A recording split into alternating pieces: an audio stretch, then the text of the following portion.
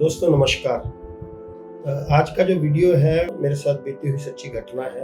मैं 10वीं में पढ़ता था और मेरी बुआ जी के जो रिश्तेदार हैं, मैं उनको भी बुआ जी कहता था।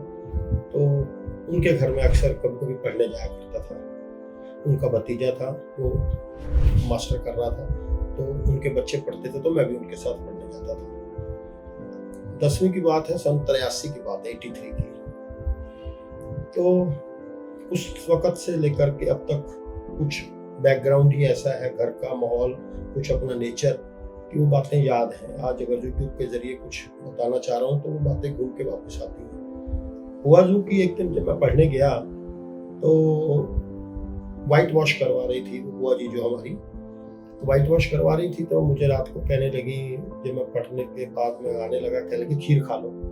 मैं कहा अच्छा जी, खीर बनाई थी उन्होंने। तो कहने लगी आज एक बड़ी अजीब सी बात हुई बेटा। आज जो कारीगर काम कर रहे थे तो 2 बंदे थे, उसमें से मैंने उसको बोला कि खीर खा लो, तो मैंने उनको खीर दी, एक कटोरी खीर दी।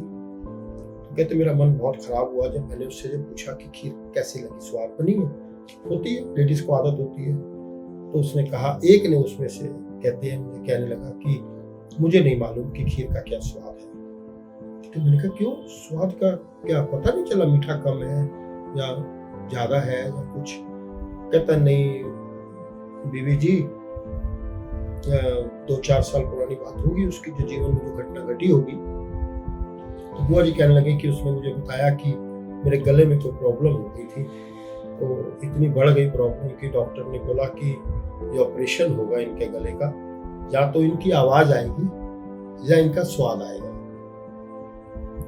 कहने लगी तो मैंने पूछा फिर, कहते मैंने कहा अगर आवाज चली गई तो फिर मैं काम धंधा कैसे करूँगा, और भी दुनिया के कई वो हैं जो व्यवहार है वो बातचीत से ही होते हैं। तो बीवी जी मैंने डॉक्टर को बोला कि भाई मेरे को जो है वो स्वाद मेरा चाहे चला जाए, लेकिन मुझे आवाज़ बहुत जरूरी है। तो आप हिसाब लगा लो, इतने साल हो गए इस बात को। जब भी कभी कोई बात ऐसी होती है ना, स्वाद की या आवाज़ की या कभी कुछ, तो एक दिमाग के अंदर उसी बात को मैं दोहराता हूँ कि हे परमात्मा। हम दोनों ने उस वक्त मालिक का बहुत शुक्र किया जब ये बात उन्होंने बुआ जी ने मुझे बताई। मैंने कहा परमात्मा तेरा कितना शुक्र है, हम तो इस तरफ कभी देखते नहीं। और आज से तो मतलब 83 की बात हो गई, तो हिसाब लगा लो कि 25, 15, 40 साल पुरानी बात है। 40 साल।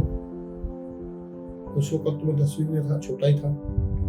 तब भी मुझे याद है कि हमने उस वक्त उस परमात्मा का, अपने गुरु महाराज जी का इतना शुक्र किया था कि पता ही नहीं। आज तो इतनी अवेयरनेस हो गई है यूट्यूब के जरिए और मीडिया के जरिए, हमें कितना ज्ञान मिलता है, हम फिर भी नहीं जागते। और उस वक्त हमें ऐसे लगा था कि अच्छा ऐसा भी होता है। ज़ुबान के अंदर, हमारी इस ज़ुबान के अंदर खट्टा, मीठा, कड़वा, तिक्ता और नमकीन और कसैला, पता नहीं कितनी कितनी छोटी छोटी बारीक नसें हैं जो हमें स्वाद का हमें अनुभव कराती हैं। क्या उस परमात्मा की कारीगर, क्या उस परमात्मा की देन है हम पर, कितनी बख्शिश है, इतनी रहमत। इसी गले से हम बोल रहे हैं, इसी गले से हम पानी पी रहे हैं, इसी गले से खा रहे हैं, इसी गले से हम बातचीत करते हैं, स्वाद भी लेते हैं, क्या कुछ नहीं करते। पूरे शरीर को देखा जाए तो अनंत अनंत उस मालिक की बख्शिश है। तो कहने का भाव है कि बात याद आ जाती है तो मैं उसको शेयर कर देता हूँ कि परमात्मा का हर पल शुक्र करें। मैंने अपने चैनल का नाम नाशुक्रा शायद इसीलिए रखा है कि हम नाशुक्रे हैं, हम शुक्र करते नहीं हैं। कभी याद आ जाए किसी बात पे, मन में भाव आ जाए तो हम कह देते हैं परमात्मा तेरा शुक्र है, लेकिन हम तो एहसान फरामोश आदमी हैं।